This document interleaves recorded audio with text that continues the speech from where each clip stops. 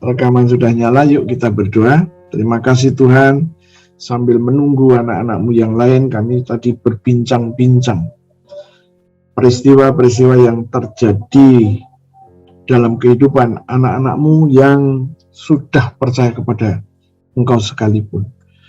Tuhan, kami akan mempelajari firman-Mu, pewahyuan, hikmat, dan pengertian yang dari Tuhan turun atas kami dan kami terima, yang membuat setiap kami dapat memahami firman. Terima kasih Tuhan, kami percaya Engkau ada bersama dengan kami, dan darah-Mu, darah Yesus tetap ada pada kami. Dan firman-Mu berjanji tidak akan ada tulah yang boleh menguasai kami. Terima kasih Tuhanku, dalam nama Yesus kami berdoa. Haleluya, puji Tuhan. Amin. Ya, mungkin cerita pendahuluan tadi mungkin menggelitik Anda mungkin bertanya, loh bukankah orang itu baru pulang dari gereja, kok bisa disantet? Ya, jawabannya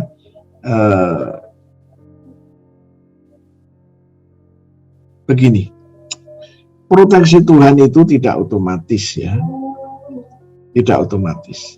Tapi proteksi Tuhan ini butuh langkah iman, yaitu kamu percaya. Barulah proteksi yang Tuhan kerjakan itu berjalan. Tetapi kalau kita tidak mempercayainya, ya, dan seringkali orang Kristen bilang, aku kan sudah Kristen, masa santet masih bisa menguasai saya? Lah, saya bilang, santet itu masih bisa menguasai pendeta juga loh. Ya. Jadi jangan kaget, ada pendeta yang masih kena santet begitu. Nah, kenapa hukum yang kita pegang ini rapuh? Ya. Anda mengatakan, saya orang Kristen, saya nggak mungkin bisa disantet. Ini yang bawa pegang ini rapuh. Oke? Sementara yang Tuhan janjikan apa? Anda telah dikasih kuasa. Nah, pemberian kuasa itu sudah terjadi. Masalahnya adalah kuasa yang diberikan kepada Anda ini sudah Anda terima atau belum? Ya kan? Ini yang rancunya ada di sini ya. Saya pernah ditanya dengan teman-teman sekolah dulu ya, waktu sekolah teologi. Dia bilang, kok kamu ngomong gini? Bro, bukankah Yesus sudah menebus saya, kutuk itu sudah diselesaikan? Oke, saya bilang, ya, Yesus sudah menebus kamu.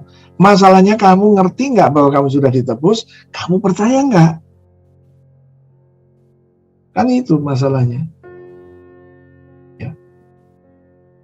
Nah, sekarang saya tanya, ini ada teman pendeta,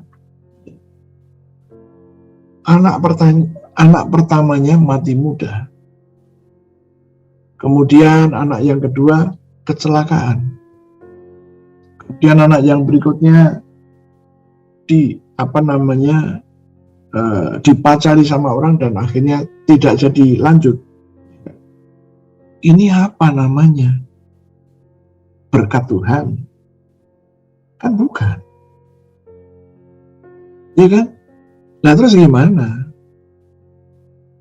Itulah. Nah, jadi ya itu memang bisa kita diskusikan panjang dan lebar, dan saya katakan kepada teman-teman, saya nggak peduli kamu mau menilai saya apa, tapi ini fakta. Kira-kira kalau kamu cerita gitu, orang akan bilang, waduh Tuhan memberkati Anda, begitukah? Atau orang akan loh Anda ini pendeta kan? Kenapa Tuhan tidak membela Anda? Itu kan pasti yang ditanyakan. Ya. Nah, jadi karena banyak orang-orang Kristen yang berpikir, aku sudah Kristen, aku sudah perjamuan kudus, aku sudah dibaptis, maka itu nggak berlaku untuk saya. Siapa bilang? Siapa bilang? Oke. Nah, coba. Di dalam Ulangan 28 itu bicara berkat dan kutuk. Berkat ayat 1 sampai 14. Ayat 15 selanjutnya itu bicara soal kutuk. Ya. Nah terus gimana? Ya. Kutuk itu salah satu berbicara di dalam ayat 28 bahwa tehor, ya, tehor itu tumor, ya. Dan tehor ini dokter memisahkan antara tumor dan kanker. Kalau yang namanya tumor itu tidak ganas, dan kalau namanya kanker ganas. Awalnya tidak ganas, kemudian dalam proses menjadi ganas. Saya tanya, namanya masih tetap tumor atau diganti kanker? Kanker. Ini, kalau begitu ini hanya istilah saja untuk dokter membedakan ini ganas atau tidak ganas, kira-kira begitu. Tapi pertanyaannya, bagaimana kok tumor itu bisa masuk dalam hidup kita? Kenapa kanker kok bisa masuk dalam hidup kita? Inilah yang dipersoalkan. Jangan mempersoalkan, oh tumor itu tidak ganas jadi bukan kanker, oh ini kanker. Jangan ke situ. Tapi saya mempertanyakan, Anda orang percaya kok tumor kok bisa masuk itu piye? Apa Tuhan tidak memproteksi? Kan begitu, ya. Dan masih banyak, ya, kalau Anda membaca Ulangan 28 tadi mulai ayat 15 sampai selesai itu, Anda akan baca, oh tuh apa kutuk-kutuk tuh kayak begini tuh, kayak begitu. Oh haleluya. Nah, itulah pendahuluan yang saya pakai paling tidak untuk membangunkan Anda dari liar-liar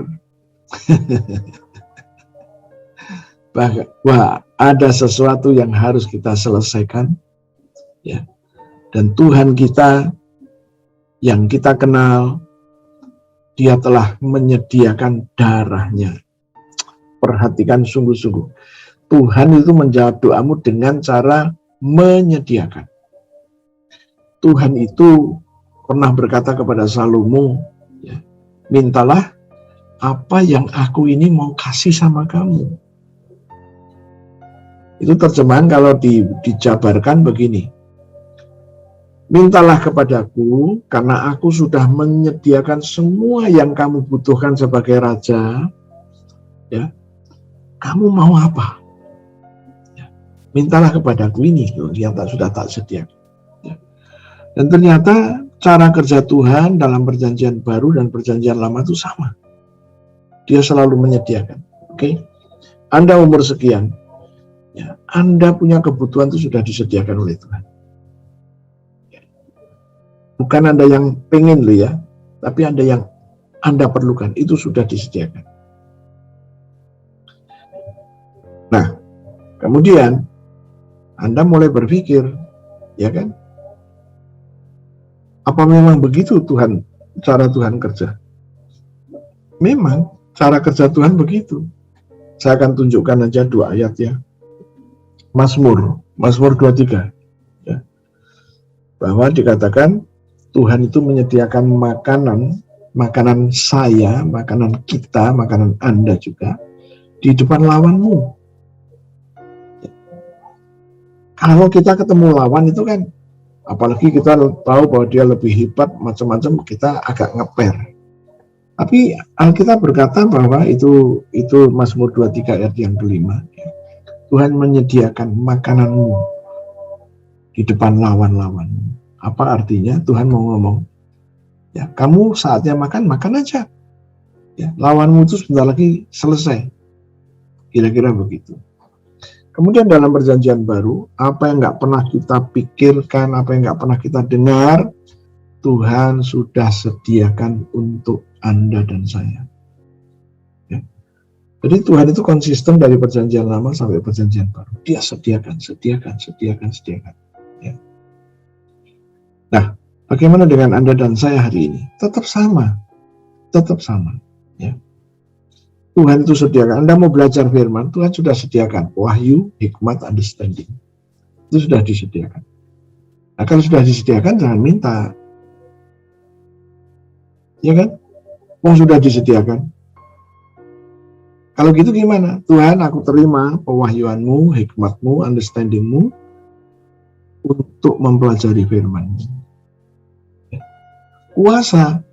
Lukas 9 ayat 1 dikatakan kamu sudah dikasih. Matius 10 ayat 1 dikatakan kamu diberi. Lukas 10 ayat 19 kamu juga dikasih. Ya kalau sudah dikasih kok minta lagi. Ya kan? Nah inilah yang harus kita reformasi cara berpikir kita. Yang berikutnya, tatkala kita berdoa, kita menggunakan bahasa halusnya pun silahkan. Tuhan, aku mohon berkatilah anakku, berkatilah suamiku, berkatilah mantuku. Wah, semua saya dimohonkan. Saya mau tanya, yuk kita jujur yuk. Sesungguhnya Anda sedang memerintah Tuhan, bukan? Walaupun istilahnya mohon, dan begitu ya. Nah terus gimana? Saya mau kasih tahu, Tuhan itu punya sistem. Kita masuk ke dalam sistemnya.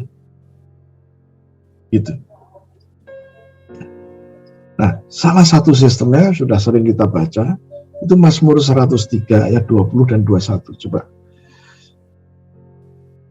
Ambar. Ya, silakan Ambar. Mazmur 103 ayat 20 dan 21. Mazmur 103 ayat 20. Mazmur 103 ayat 20. Pujilah Tuhan. Pujilah Tuhan, hai malaikat-malaikatnya, hai pahlawan-pahlawan perkasa yang melaksanakan firman-Nya dengan mendengarkan suara firman Tuhan. Terus 21. Pujilah Tuhan, hai segala tentara Tuhan, hai pejabat-pejabat Tuhan yang melakukan kehendak Tuhan. Jadi semua malaikat, siapapun dia, pahlawan, pejabat, ataupun siapapun mereka punya tugas melaksanakan firman Tuhan. Nah, kapan pertanyaannya? Kapankah mereka ini, malaikat-malaikat tadi, melakukan firman Tuhan? Pada waktu dia mendengar. Ya, kata mendengar di situ menggunakan istilah call. Call itu dipakai oleh Tuhan, ya, berbicara. Call ini bahasa Ibrani. Call ini juga bisa dipakai manusia tatkala dia memperkatakan firman Tuhan. Ya. Jadi sistemnya Tuhan sudah membuat siapapun yang memperkatakan firman Tuhan dan malaikat itu dengar, malaikat itu harus, ya bahasa Jawanya, gage melaksanakan firman Tuhan. Ini sistem yang saya bilang. Tuhan itu punya sistem. Oke? Nah sekarang, kalau Anda sudah ngerti bahwa Tuhan itu punya sistem, bagaimana cara menggerakkan Tuhan? Ya, maaf, saya sengaja menggunakan istilah ini supaya Anda agak tercolok sedikit. Bagaimana Anda bisa menggerakkan Tuhan? Dengan imanmu. Menggerakkannya gimana? Yaitu tadi, Tuhan, kami akan belajar firman-Mu. Aku telah menerima, kami semuanya telah menerima pewahyuan-Mu, hikmat-Mu, dan understanding-Mu. Sehingga setiap kami ngerti firman-Mu. Saya nggak mohon. Tapi saya akui bahwa saya sudah menerima wahyu, hikmat, understanding. Oke? Anda mulai kebuka sedikit. Memang saya akui, kita nggak bisa berubah gerimbiang begitu. Enggak. Step by step. Terus ikutin step by step. Oke. Contoh. Ada orang yang melukai Anda. Ada orang yang menghina Anda. Ada orang yang melakukan sesuatu yang buruk atas hidupmu. Terus gimana? Anda teriak, Tuhan, tolong Tuhan, saya lagi diginiin sama orang gitu. No.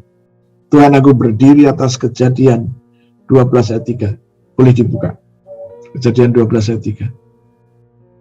Ya Pak Sugeng, silakan baca Pak. Kejadian 12 ayat 3.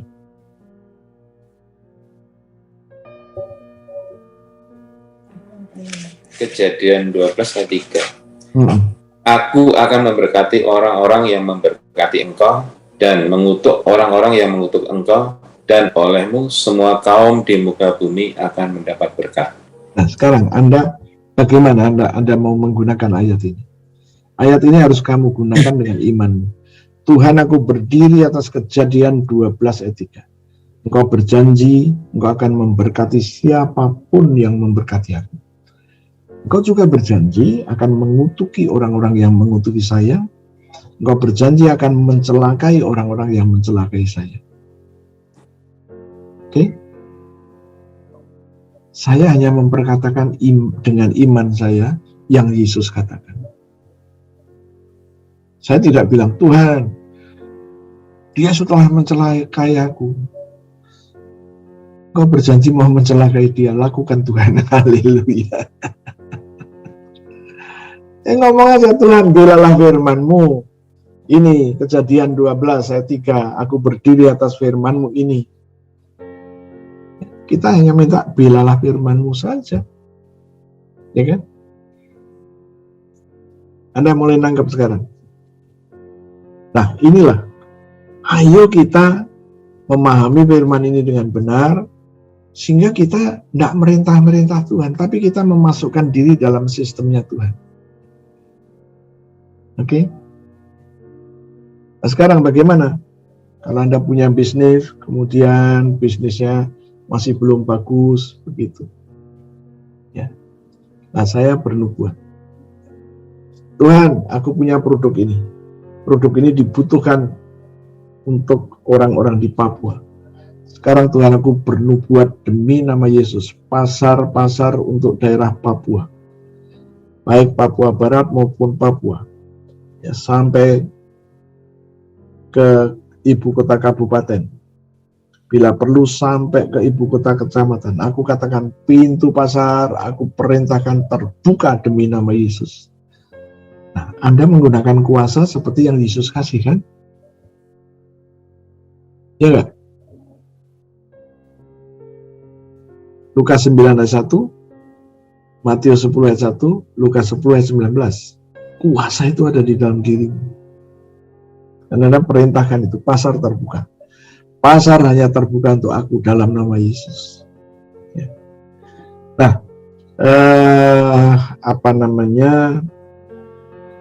ya itulah cara kita untuk masuk ke dalam sistemnya Tuhan. Sekali lagi bahwa sering saya juga kepleset-pleset dikit, it's okay, no problem. Tuhan maaf kepleset ngomongnya, ya kan? Ini kan dalam rangka mereformasi cara berpikir kita dan cara perkataan kita. Nah, tatkala Anda memperkatakan imanmu, kan Yesus pernah berkata itu kepada murid-muridnya. Alkitab menceritakan begini, dia lagi jalan, dia lihat pohon ara, Yesus melihat pohon ara, kok nggak ada buah sama sekali. Yesus cuma ngomong, mulai sekarang tidak ada seorang pun yang makan dari buahmu. Yesus cuma ngomong begitu, kan? Dan Alkitab mengatakan besoknya Yesus lewat di situ, Petrus ingat. Pertanyaan saya, apakah Yesus nggak sengaja lewat situ? Kalau saya bilang Yesus sengaja. Kenapa? Supaya kita ini ngerti kuasa perkataan Yesus itu sampai kayak begitu itu. Ya kan? Kemudian di dalam Markus, Yesus juga berkata begini, ya, kalau engkau punya iman sebesar biji sawi, ngomong sama gunung itu, pindah, dia akan pindah. Nah, iman sebesar biji sawi, iman itu kan ada di dalam, tidak kelihatan, ya kan? Tapi kalau biji sesawi itu kelihatan, kan? Ya kan? Biji sesawi itu kelihatan. Jadi yang Tuhan mau apa? Iman yang tidak terlihat kamu buat menjadi terlihat. Gimana caranya? Ya dengan perkataanmu. Maka imanmu yang tersembunyi tadi kelihatan, sehingga orang lain bisa dengar dan bisa tahu, oh ini orang Kristen ini. Nangkep. Oke. Ya, sekali lagi saya katakan memang ini enggak mudah, tapi kalau enggak mulai belajar gimana? Ya kan? Oke, yuk kita sekarang akan mempelajari Kejadian pasal 1 ayat 2. Oke, tadi Ambar dan Pak Sugeng sudah. Sekarang Pak Ian. Bacalah Kejadian 1 ayat 2, Pak. Ya, Pak Ian. 1 ayat 2. Bumi belum berbentuk dan kosong. Gelap gulita menutupi samudera raya, dan roh Allah melayang-layang di atas permukaan air. Iya, siang ayat 3. Berfirmanlah Allah, jadilah terang, lalu terang itu jadi. Oke, stop dulu ya. Dikatakan bumi belum berbentuk, kosong, gelap gulita menutupi samudra raya. Gelap. Oke? Sekarang saya mau tanya. Kan kalimat selanjutnya berkata, roh Tuhan melayang-layang di atas permukaan air.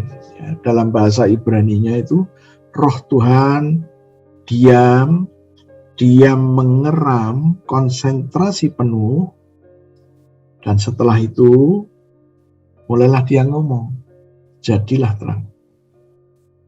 Jadi dikatakan, diterjemahkan roh Tuhan melayang-layang, enggak pas. Tuhan mau mengatur dunia yang chaos itu tadi, ya dikatakan belum berbentuk, kosong, gelap. Wah, dengan kata lain, kegelapan itu, gelap itu tidak diciptakan Tuhan, kan? Tadi kita membaca yang diciptakan Tuhan apa? Terang. Jadilah terang. Lah gelap itu dalam rangka chaos tadi. Apakah Tuhan yang menciptakan gelap? Ya kan? Cuman Alkitab bilang, bumi belum berbentuk dan kosong. Gelap gulita menutupi samudera raya. Apa ini artinya gelap gulita? Yesus pun pada waktu dia mau menata alam semesta, kegelapan ada di situ. Nah, Yesus nggak mundur, tetapi dengan kegelapan yang dihadapi membuat Yesus lebih smart. Maka dia seperti ayam yang mengeram, dia konsentrasi. Anda pernah memperhatikan ayam kalau lagi mengerami telurnya?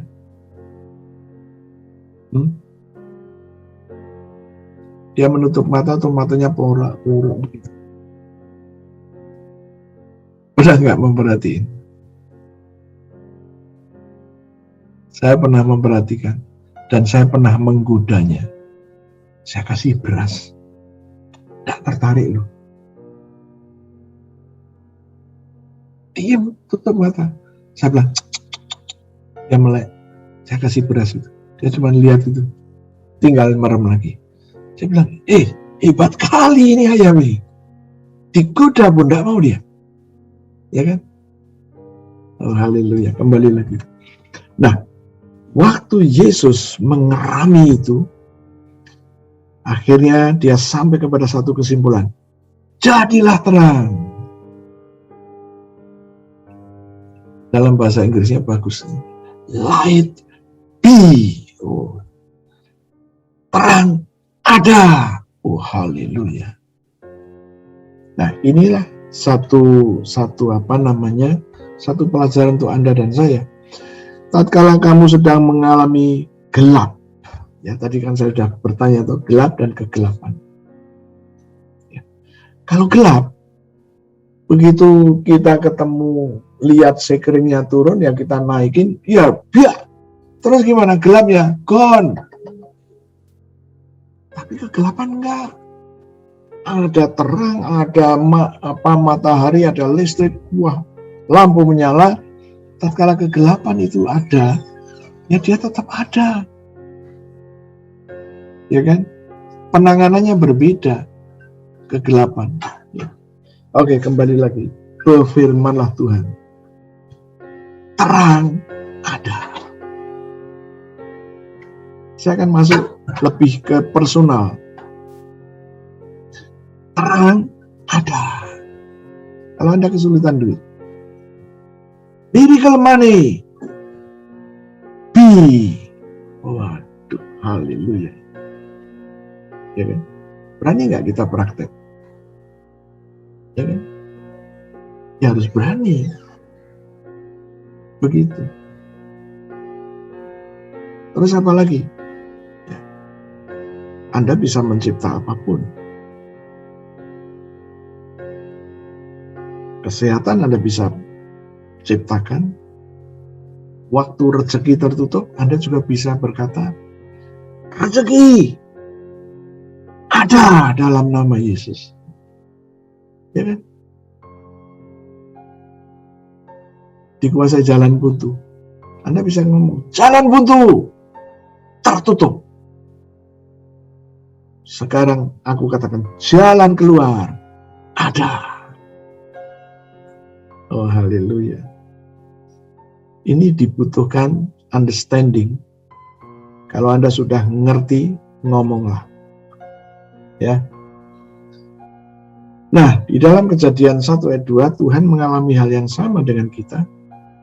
Dia mau mencipta, dalam bahasa Ibrani-nya itu bahasanya lucu.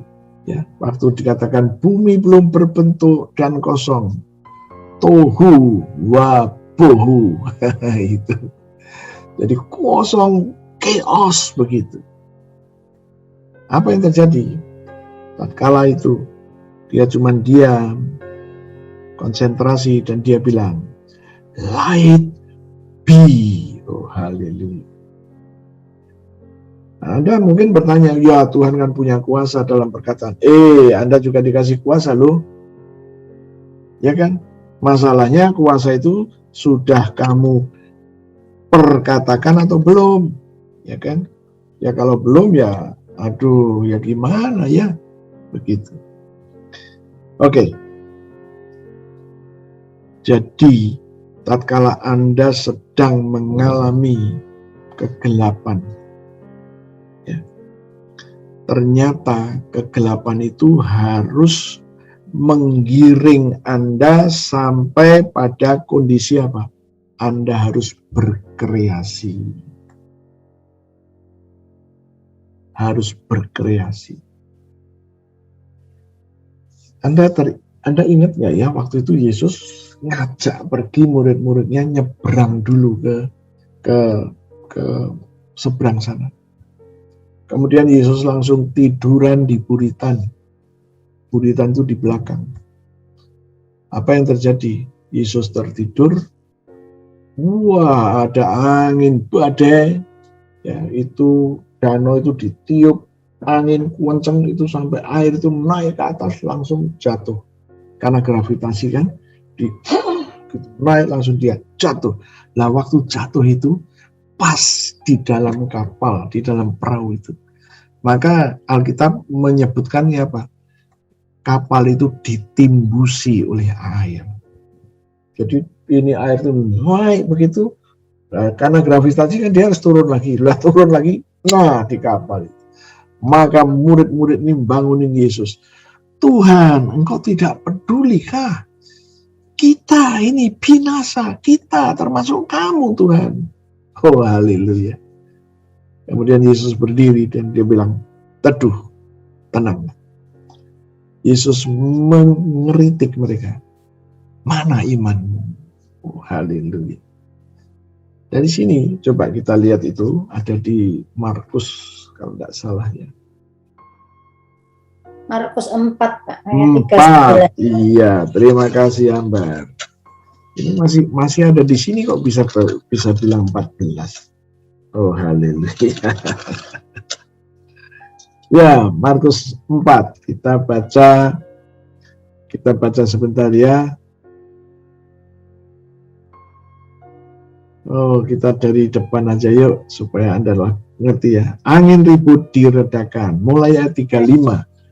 35 sekarang Pak Bambang silakan baca 35. Nanti Christine 36. Silakan Pak.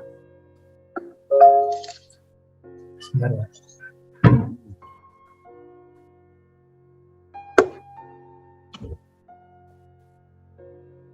Angin ribut diredakan.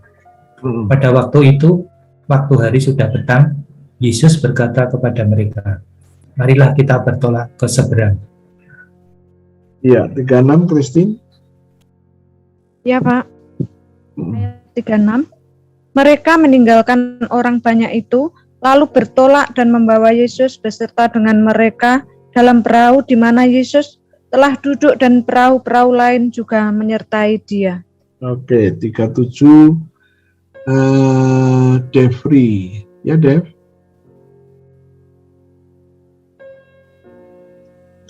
Ayat yang ke-37, lalu mengamuklah taufan yang sangat dahsyat, dan ombak menyembur masuk ke dalam perahu, sehingga perahu itu mulai penuh dengan air. Ya, Ineke 38. Ineke lagi di belakang, Pak. Oh, di belakang. Lagi masak apa? Ya. Nggak ada telepon. Haleluya. Oke. Pak Filemon Haryanto 38. Ayat 38. Pada waktu itu Yesus sedang tidur di buritan di sebuah tilam. Maka murid-muridnya membangunkan dia dan berkata kepadanya, Guru, engkau tidak peduli kalau kita binasa? Iya, Guru, engkau tidak peduli kita ini, kamu dan kami. Oh, haleluya. Oke, 39. Fani, silakan. Ia pun bangun menghadik angin itu dan berkata kepada danau itu, diam, tenanglah. Lalu angin itu reda dan danau itu menjadi teduh sekali. Oke, 40 Maria. Ya, Maria.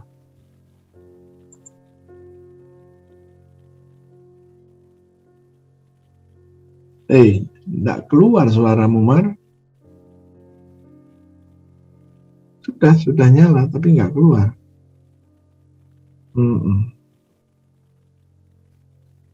Nggak ada yang dengar kan? Oke, nggak dengar. Oh, haleluya. Itu jangan-jangan gara-gara Beckham itu. Saya dengar Pak Obed kok. Oh iya, sekarang aku dengar kamu. Oh ya, ayat 40. Lalu ia berkata kepada mereka, mengapa kamu begitu takut? Mengapa kamu tidak percaya? Iya, mengapa kamu begitu takut? Mengapa kamu tidak percaya? Ya kan? Mereka sudah dikasih kuasa loh. Waktu itu baru 12 orang kok. Oke, 41. Ya, sekarang Mika. Ya, Mika. Iya, Pak. Ayat 41. Mereka menjadi sangat takut dan berkata seorang kepada yang lain, siapa gerangan orang ini sehingga angin dan danau pun taat kepadanya? Haleluya. Siapa gerangan ini? Sampai angin dan danau pun nurut kepada mereka. Wow. Ya. Nah, jadi Yesus menegur mereka, kamu kurang percaya. Kenapa kok kurang percaya? Karena tidak berani mempraktekkan iman. Ya enggak? Itu kan?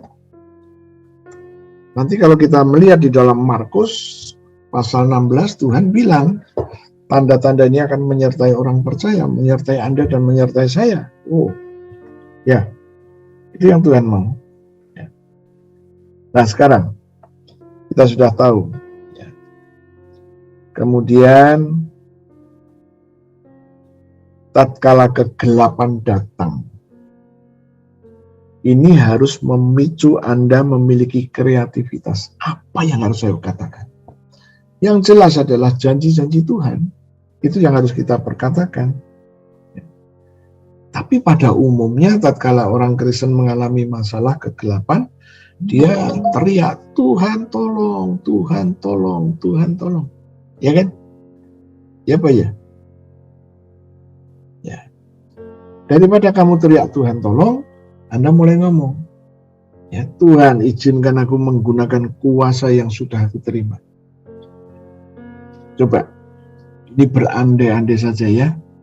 Tiba-tiba ada angin ribut. Kemudian gimana? Hujan datang, angin ribut datang, pohon itu sampai bergoyang-goyang. Padahal pohonnya gede. Ayo, apa yang harus Anda katakan? Ya kan? Boleh nggak saya menghentikan badai itu? Atau yang kedua, di kotamu tiba-tiba air naik. Kemudian mulai masuk ke tengah-tengah kota. Awalnya 30 cm. Terus sampai seluruh pinggang kita kena. Terus mulai naik, mobil tertutup. Ayo, apa yang harus Anda lakukan? Halo, Anda ingat mengapa pada waktu itu ya, dunia dihukum oleh Tuhan, dan bagaimana dalam waktu sekian belas hari air itu bisa datang dalam waktu yang cepat. Oh, ternyata Tuhan memerintahkan mata-mata air di bawah sungai, mata-mata air di bawah samudera raya untuk membuka dan membiarkan air itu naik. Kalau mata-mata air itu bisa dibuka untuk mengeluarkan air, bisa nggak kira-kira kita perintahkan terbuka dan untuk nyedot air itu? Halo, saya berulang kali mempraktekkan itu dan terjadi. Kenapa kok saya berani? Karena Tuhan janji bahwa Tuhan tidak akan menghukum lagi dunia dengan air bah. Ya kan?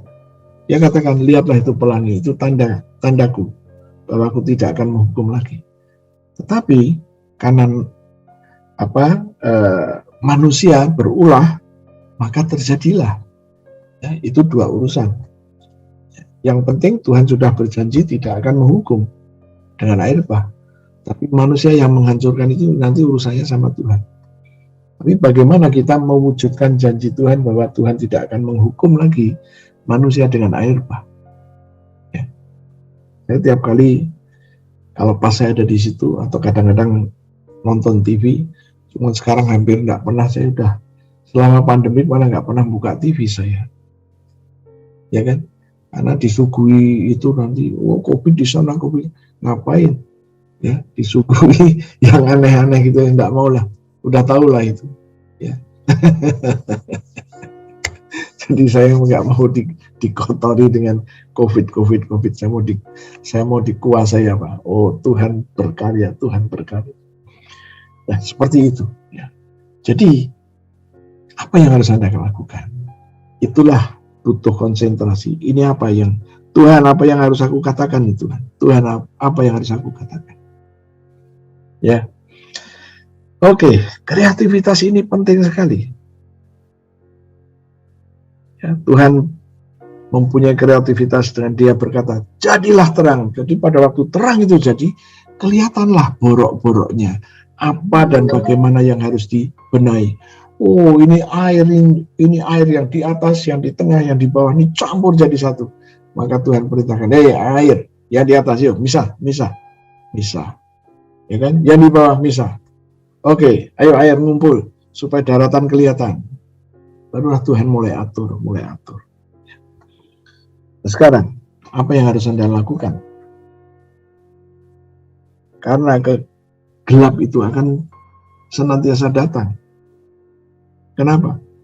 Karena roh kegelapan senang mengganggu hidup kita.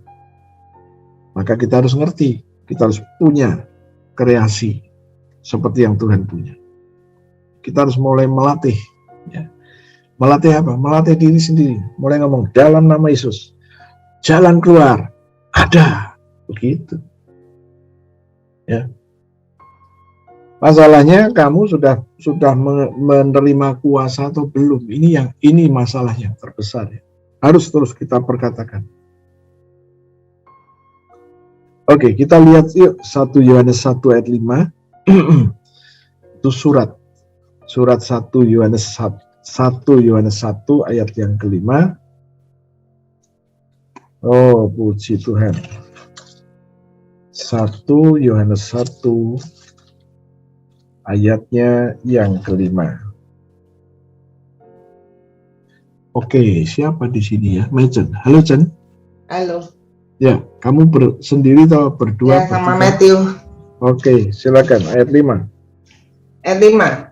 Dan inilah berita yang telah kami dengar dari Dia, dan yang kami sampaikan kepada kamu. Allah adalah terang,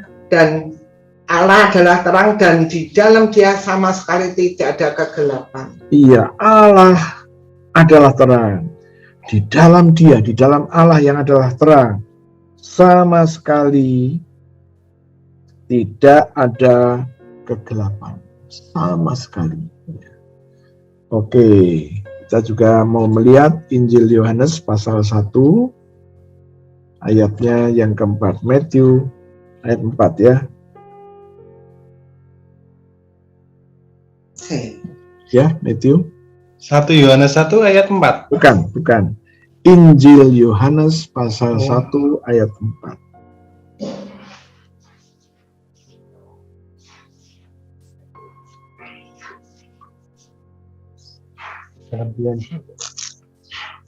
Yohanes 1 ayat 4. Dalam Dia ada hidup, dan hidup itu adalah terang manusia. Iya, di dalam Dia, di dalam firman itu ada hidup. Dan hidup itu adalah terang manusia. Ya. Kemudian ayat yang kelima saya minta Novita. Ayat 5 no. Yohanes pasal 1 ayat 5. Ya, ayat 5, terang itu bercahaya di dalam kegelapan, dan kegelapan itu tidak menguasainya. Iya, terang itu bercahaya di dalam kegelapan. Ingat tadi gelap dan kegelapan ya. Ada dua ya, gelap dan kegelapan. Terang itu bercahaya di dalam kegelapan. Jadi andai kata kita sedang dikuasai kegelapan, percayalah bahwa firman itu terang, dan terang itu bercahaya. Oke, ya, dan kegelapan itu tidak menguasainya. Haleluya. Kegelapan tidak menguasai firman yang adalah terang kita. Dengan kata lain, kalau terang itu ada di dalam rohmu, kegelapan pun tidak boleh menguasai hidup. Ya, itulah yang dikatakan Injil Yohanes pasal 1 ayat 4 dan ayat 5. Kemudian kita mulai harus terus memperkatakan kalau diizinkan itu terjadi. Ya. Nah, sekarang tatkala kegelapan hadir di depan kita, kita merasakan. Contoh, pandemik ini sudah 1,5 tahun ya, tapi terus berjalan terus ini. Nah, terus gimana? Semua suffer, tapi kita nggak boleh berhenti di kata-kata semua suffer. No, kita nggak boleh dikuasai kegelapan. Ya. Kemiskinan akan menguasai kita. Kalau kemiskinan menguasai kita, income nggak ada. Maka kita mengira bahwa kita akan mengalami hal-hal yang buruk. Tatkala kondisi itu datang, kita akan mengira, wah ini kondisi begini, pasti begini nih, pasti begini. Ya. Nah, terus gimana? Anda harus tahu bahwa yang namanya kemiskinan, yang namanya kegagalan, itu termasuk genetic disease. itu sakit turunan. Atau ini masalah yang diturunkan. Nah, terus gimana? Ya kita ngikutin apa yang Yesus lakukan saja. Ya. Karena apa? Di dalam 1 Petrus 1 ayat 18-19 sudah dikatakan bahwa Anda sudah ditebus dari cara hidup yang sia-sia. Cara hidup sia-sia itu gimana? Cara hidup yang tidak menarik. Kita dikuasai kegagalan. Nah terus gimana? Pokoknya katakan ya, kita harus masuk dalam sistemnya Tuhan. Katakan yang Tuhan janjikan. Perkatakan, Tuhan terima kasih untuk janjimu bahwa kegagalan, kemiskinan tidak boleh menguasai hidupku. Kita pernah belajar mengenai berkat Abraham, bukan? Ya, berkat Abraham. Ini sangat penting sekali ya. Kamu harus benar-benar menguasai berkat Abraham. Menguasai bagaimana yang Tuhan janjikan itu terwujud dalam hidup kita. Nah, kita mampir sebentar ya. Karena apa? Kalau enggak mampir ke sini nanti enggak tuntas. Coba buka Galatia 2 ayat 19 bagian terakhir ya. Aku telah disalibkan bersama Yesus. Itu ayat 19-nya itu. Oke. Noh, Sugianto di situ kah? Ada, Pak. Oke, yuk baca yuk. Galatia 2 ayat 19, Pak. 19b. Kalimat terakhir itu. Ketemu nggak?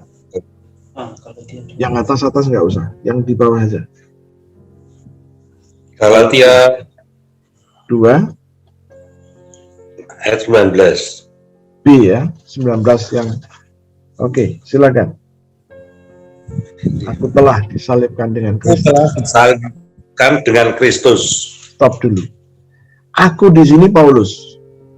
Aku Paulus telah disalibkan dengan Kristus. Pertanyaannya, kapan Paulus disalib bersama Kristus? Ada yang bisa jawab? Kapan? Waktu dibaptis. Dibaptis. Jadi waktu Anda dibaptis, Anda juga sama dengan Paulus. Aku disalibkan bersama Kristus. Nah, penyaliban itu selalu diikuti kematian. Karena penyaliban ini memang untuk membuat orang mati. Jadi setelah disalibkan kita mati. Setelah mati kita dikuburkan bersama Kristus di dalam baptisan. Nah, waktu Yesus bangkit, kita ikut bangkit. Nah, itulah ayat 20. Kondisi kebangkitan bersama Kristus itu ayat 20. Wiwi, halo Wi.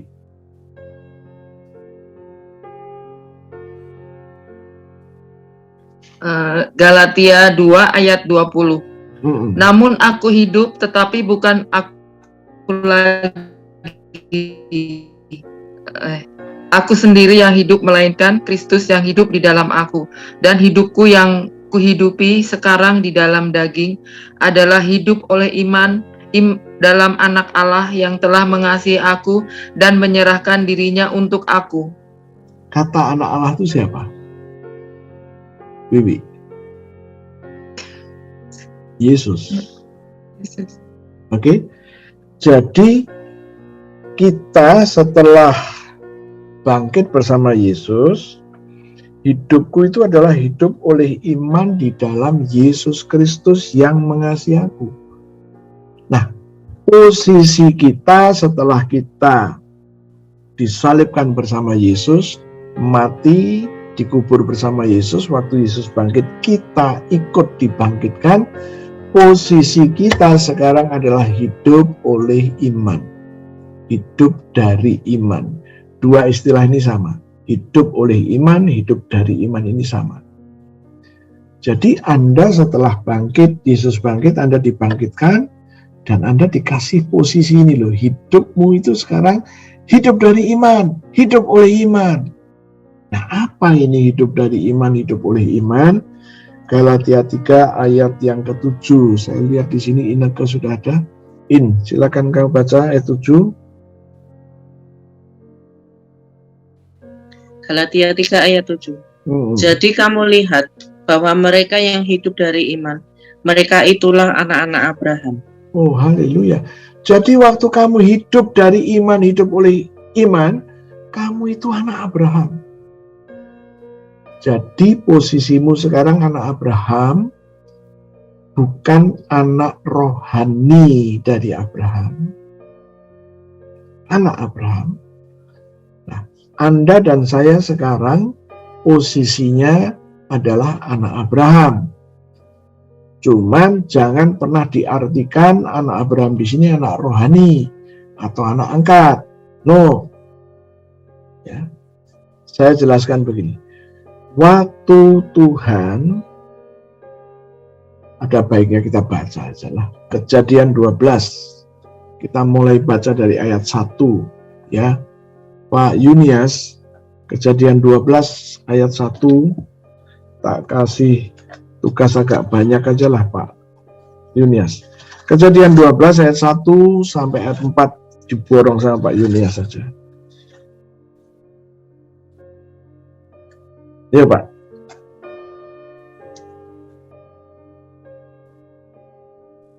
Kejadian 12 ayat yang pertama. Berfirmanlah Tuhan kepada Abraham, pergilah dari negerimu dan dari sanak saudaramu dan dari rumah bapamu ini ke negeri yang akan kutunjukkan kepadamu. Aku akan membuat engkau menjadi bangsa yang besar dan memberkati engkau serta membuat namamu masyhur dan engkau akan menjadi berkat. Aku akan memberkati orang-orang yang memberkati engkau dan mengutuk orang-orang yang mengutuk engkau. Dan olehmu semua kaum di muka bumi akan mendapat berkat. Lalu pergilah Abram seperti yang difirmankan Tuhan kepadanya, dan Lot pun ikut bersama-sama dengan dia. Abram berumur 75 tahun ketika ia berangkat dari Haran. Ya, jadi ayat 1 Abram masih di kampung halaman. Ayat kedua Tuhan bikin janji. Inilah yang disebut janji atau berkat Abraham. Kemudian ayat ketiga masih dalam bentuk janji. Ayat keempat barulah Abram pergi. Jadi berkat Abraham itu apa? Adalah Kejadian 12 ayat 2 dan 3. Inilah berkat Abraham. Dan ini bisa disebutkan secara eksklusif berkat ini. Khusus untuk Abraham. Nah, Abraham waktu ini belum punya anak. Maka nanti tadi dikatakan kan Abram berumur 75 tahun, belum punya anak. Dia tinggal di Kanaan 10 tahun, belum punya anak. Baru tahun ke-11 gara-gara Sarah memberikan Hagar untuk menjadi istri Abraham, maka Hagar punya anak. Dikasih nama Ismail. Waktu punya anak, umur Abraham 86. Nah, nanti Sarah baru punya anak waktu Abraham umur 100. Dan selama perjalanan ini, dari 86 ke 100, Abraham pernah ngomong sama Tuhan, Tuhan, sekiranya Ismail mendapatkan perkenananmu. Ishak belum lahir. Jadi Abraham pernah ngomong, tapi jawaban Tuhan tegas, tidak. Tapi anakmu yang lahir dari Sarah lah, itu keturunanmu. Nah, kenapa kok ribut-ribut keturunan? Ini keturunan di sini nanti, ya, dari Abraham, kemudian Ishak, kemudian Yakub, kemudian 12 suku. Ini nanti yang akan melahirkan Yesus. Maka Tuhan tidak mau diganggu. Ya, Ismail diusuli, no. Dan Anda harus tahu, anak Abraham itu ternyata bukan cuma 2. Ya, coba buka. Kejadian 25. Kejadian 25 ayat 1 dan 2. Oke, diborong, Ambar. Yuk, borong 1 dan 2.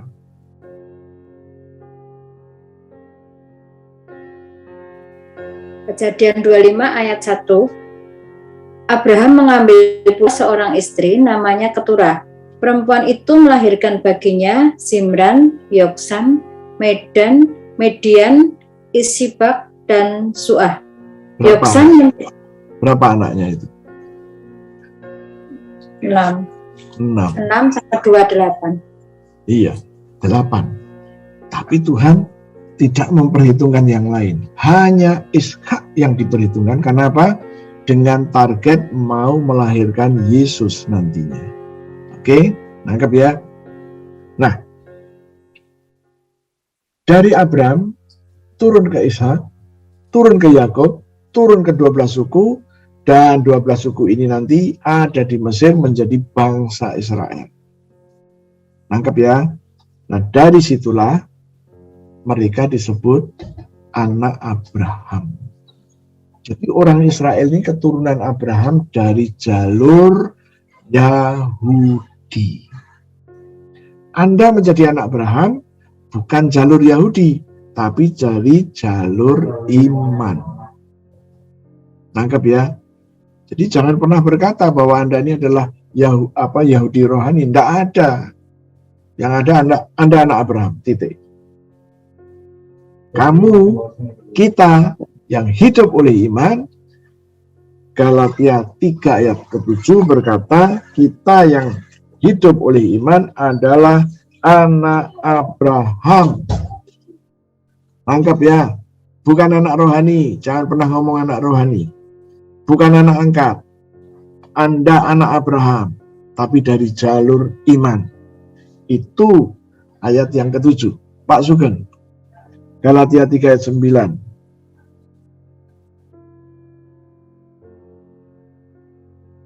Suaranya Pak Sugeng.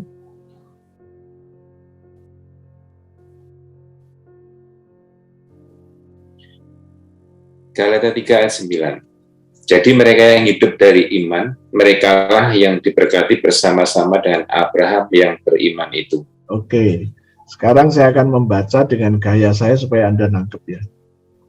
Jadi mereka yang hidup dari iman, merekalah yang diberkati bersama-sama Abraham. Jadi orang yang hidup oleh iman diberkati bersama-sama Abraham. Berarti diambilkan dari mana itu berkat? Dari berkat Abraham. Kejadian 12 ayat 2 dan 3. Tuhan mau membentuk Anda menjadi orang yang diberkati dengan berkat Abraham. Kalau orang Yahudi, sudah.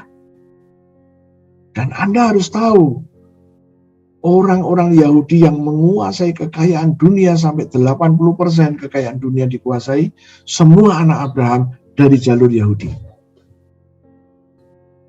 Nah sekarang, kita lihat ayat yang ke-14. Ayat 14. Pak Yan, silakan Pak Yan. Galatia 3:14.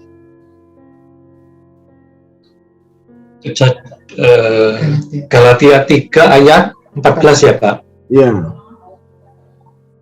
Yesus Kristus telah membuat ini, supaya di dalam Dia berkat Abraham sampai kepada bangsa-bangsa lain, sehingga oleh iman kita menerima roh yang telah dijanjikan itu. Iya. Yesus Kristus telah membuat ini. Apa ini yang dibuat? Ketentuan baru. Ketentuan barunya apa? Supaya di dalam Yesus Kristus berkat Abraham sampai kepada bangsa-bangsa lain. Apa ini bangsa lain? Di luar Yahudi. Ya. Sehingga oleh iman kita menerima roh. Rohnya apa? Yohanes 6 ayat 33. Roh ini adalah perkataan Yesus. Kita menerima perkataan Yesus yang telah dijanjikan itu. Nah, dari sini kita ngerti bahwa berkat Abraham itu sekarang dibawa oleh Yesus kepada orang-orang di luar Yahudi. Siapa mereka? Anda termasuk, saya termasuk. Oke? Jadi kita ini sekarang boleh menerima berkat Abraham.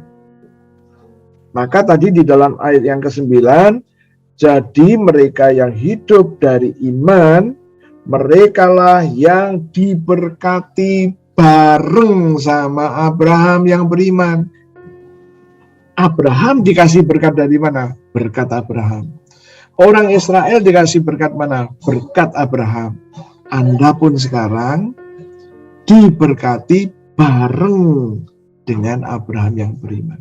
Anda nangkap sekarang? Kalau Anda sudah ngerti ini, ya, understanding ini penting. Perkatakan, Tuhan, aku sekarang yang hidup dari iman. Aku anak Abraham. Yang kedua, karena aku anak Abraham, aku diberkati bareng dengan Abraham. Diberkati dari berkat Abraham. Nah, berkat Abraham itu berkat yang besar sekali. Maka katakan ini, ya kan, akui ini, Tuhan, inilah imanku. Ini imanku. Aku ini adalah anak Abraham, bukan rohani. Anak Abraham dari jalur iman. Beverly. Oke, thank you. Nanti matiin ya. Nah sekarang, jadi Anda dan saya ini anak Abraham. Anda diberkati bareng sama Abraham. Kenapa kok kita diberkati bareng sama Abraham? Berkata Abraham tadi saya katakan eksklusif. Hanya untuk Abraham. Baru nanti Abraham punya anak Ishak, Abraham dan keturunannya. Oke? Kalau eksklusif, tidak boleh ada orang nyelonong ngambil. Tidak boleh. Anda ngerti? Kenapa Anda dan saya diberkati bareng Abraham? Karena Abraham itu yang megang hak eksklusif. Jadi dia harus tahu, anakku di jalur iman yang mana? Oh, ini si Obed, gitu loh. Anda nanggap sekarang? Kalau Anda nggak mau menyatakan imanmu, Anda nggak dapat bagian loh. Ayo nyatakan imanmu. Kamu ini anak Abraham. Kamu diberkati bareng Abraham. Karena berkat Abraham itu harus dijaga sama Abraham. Jadi bahasa yang mudah kamu ngerti, Abraham itu sekarang jadi juru kunci gitu loh. Siapa yang mau ngambil berkat itu dia harus tahu. Anda nangkep kah? Ayo, jangan biarkan janji ini lewat saja. Jangan biarkan. Ayo, kita berkata. Oh, haleluya. Tugasmu cuman menyatakan imanmu. Ini janjinya Tuhan semua, janji Tuhan. Ya, Tuhan mau memberkati kamu dengan berkat Abraham itu adalah rekayasanya Tuhan Yesus. Masalahnya Anda percaya enggak? Kalau percaya ya ngomong. Ya. Nah, inilah yang harus kita kerjakan. Jangan diam. Deklarasikan terus. Kalau enggak salah, saya udah bikin deklarasinya ya Pak Bambang. Ya, Pak. Yang paling panjang, Pak. Yang paling panjang. Perkatakan terus, ya. Katakan terus. Anda yang belum masih dikuasai layar ya. Oke, ayo. Perkatakan terus. Ini yang Tuhan mau. Ingat Galatia 3:14. Yesus telah membuat ini ketentuan baru. Bunyinya ketentuannya gimana? Melalui Yesus Kristus berkat Abraham sesuai dengan Kejadian 12 ayat 2 dan 3 tadi dibawa kepada orang-orang non-Yahudi, yaitu Anda dan saya. Saya mau kasih kesaksiannya. Masa pandemik dari awal sampai bulan 6 kemarin saya nggak ngalami. Tetapi waktu bulan 6 dan bulan 7 kemarin saya diizinkan Tuhan ngalami. Dan saya memperkatakan perkataan iman ini. Saya cuma katakan, Tuhan, firman-Mu berkata, aku anak Abraham. Aku kau berkati dengan berkat Abraham bareng sama Abraham. Sekarang demi nama Yesus aku terima berkat Abraham itu. berkat Abraham itu, aku terima di dalam nama Yesus. Nah, keuangan di kantor saya ini yang pegang koko saya. Jadi dia punya sistem, kalau ada uang masuk, segera kewajiban bank itu langsung diambil untuk disimpan, untuk kewajiban bank, supaya enggak batuk-batuk gitu ya. Akibatnya apa? Gaji yang dinomor 2 kan. Saya bilang enggak apa-apa, atur aja. Ya. Nah, hari yang ke-10 dia datang, bulan 6 ini. Dia bilang, gaji baru masuk 30% tuh. Oh ya? Oke, nanti aku berdoa. Saya jawab gitu. Saya terus confess mengenai ini. Kira-kira seminggu sebelum akhir bulan, dia datang. Udah lumayan, tapi masih kurang 15%. Oke, aku mau terus berdoa. 2 hari sebelum penggajian, dia datang ke saya bilang, aduh, tolong saya lewat lagi katanya. Haleluya. Rupanya bulan 7 ngalami hal yang sama lagi. Tapi saya nggak mau kecolongan. Saya terus setiap malam bangun, saya bilang, Tuhan, aku mau deklarasi, aku ini anak Abraham, Tuhan. Saya deklarasi mengenai anak Abraham. Ya. Puji Tuhan, masuk bulan 8, nggak ngalami masalah. Masuk bulan 9, nggak ngalami masalah. Ya. Nah, kenapa? Saya ngomong, saya ini anak Abraham, bukan anak rohani. Saya diberkati dengan berkat Abraham. Nggak boleh terganggu cash flow. Nah, sekarang masalahnya, seberapa kamu punya iman? Ya. Kalau saya jangan tanya, saya sudah lulus. Ya, haleluya. Ayo, ini kesempatan. Ya. Padahal ayat-ayat ini sudah 2000 tahun yang lalu kan? Tapi disingkapkannya belum lama. Ya, saya bersyukur saya boleh ngalami kesulitan.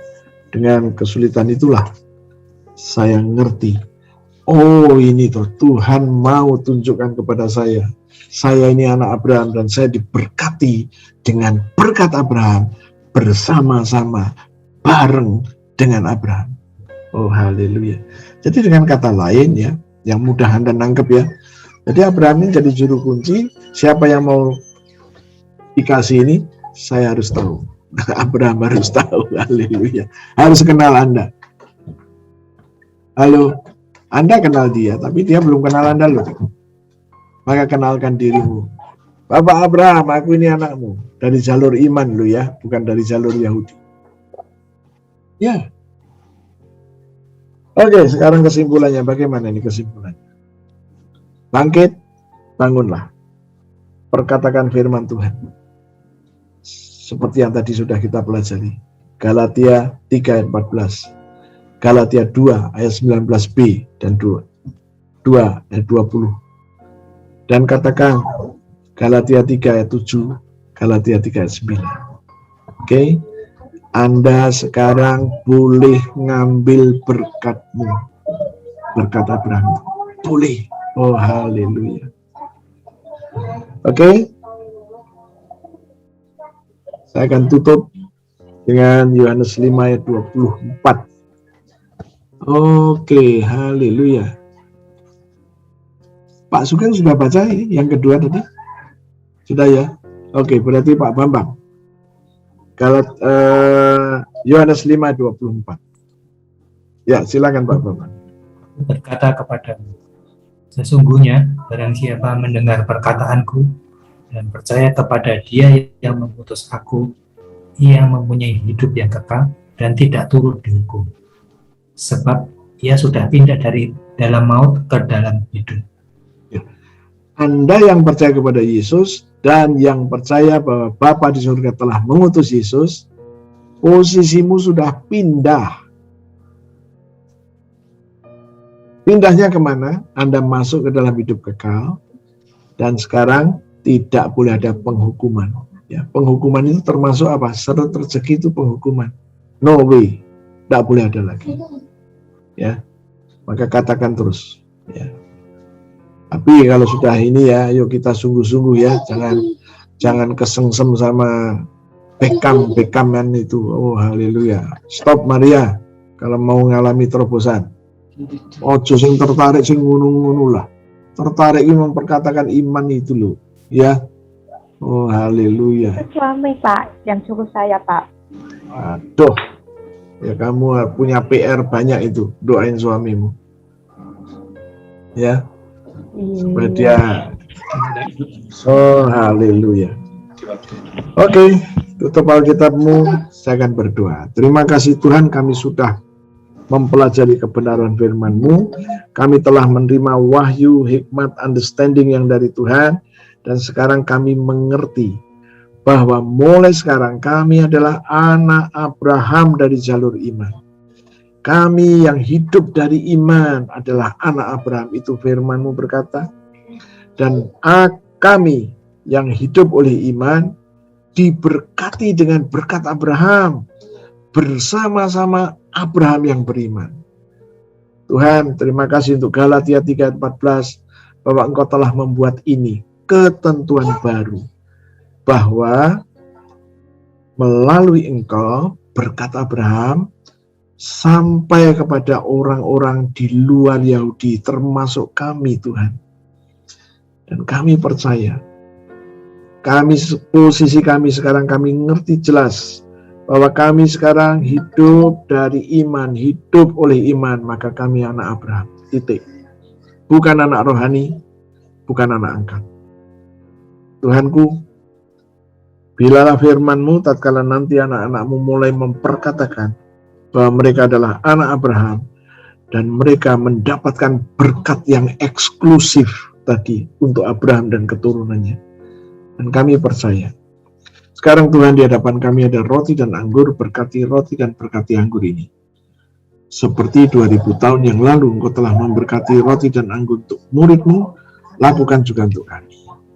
Aku percaya Engkau ada bersama dengan kami, sedang memberkati roti dan anggur, dan berkata kepada kami, ambillah, inilah tubuhku, dan ambillah, inilah darahku.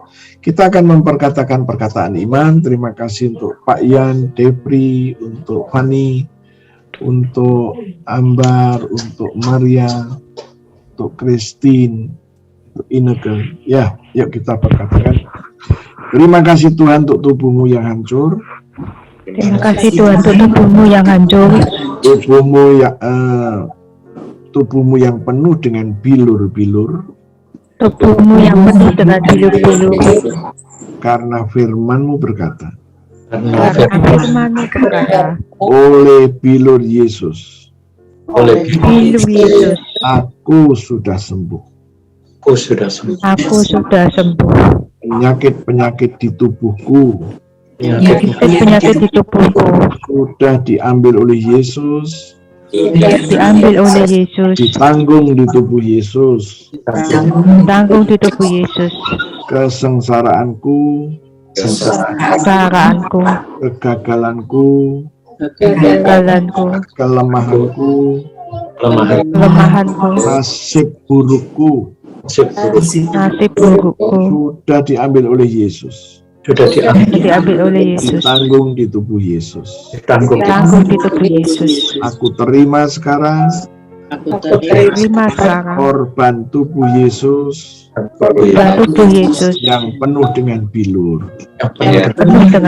Mari kita makan sama-sama dalam nama Yesus.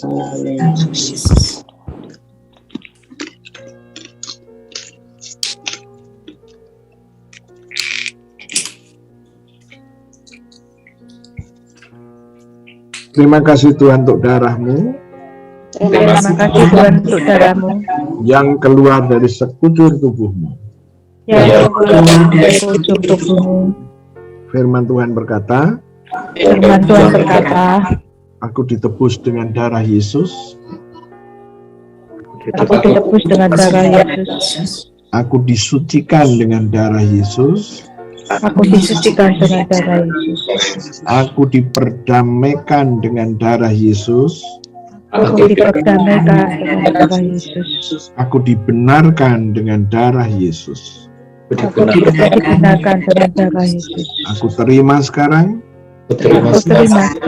darah Yesus yang membebaskan Iya. Bebaskan aku. Mari kita terima, kita minum sama-sama dalam nama Yesus.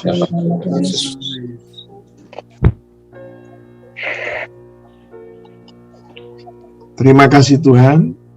Terima kasih Tuhan. Aku baru saja makan daging-Mu. Aku baru saja makan daging-Mu dan minum darah-Mu. Firman Tuhan berkata, aku diberi hidup kekal. Hidup kekal adalah hidupnya Yesus sendiri. Di dalam hidup kekal, tidak ada kebinasaan, tidak ada alam maut, tidak ada penghukuman, tidak dikuasai masalah, diproteksi dengan darah Yesus. Demi nama Yesus, aku terima janji Tuhan ini. Aku terima janji Tuhan ini. Sekarang aku mengambil darah Yesus. Taruh pada tubuhku. Seluruh tubuhku sudah dibenarkan dengan darah Yesus. Aku pasti diselamatkan dari murka Tuhan, dari COVID-19, dari kegagalan, dari jalan buntu, dari seret rezeki. Aku percaya Tuhan memeteraikan kebenaran firman ini. Haleluya. Amin. Oke, Tuhan Yesus memberkati. Terima kasih Pak Ben. Praise the Lord. Ya, puji Tuhan ya.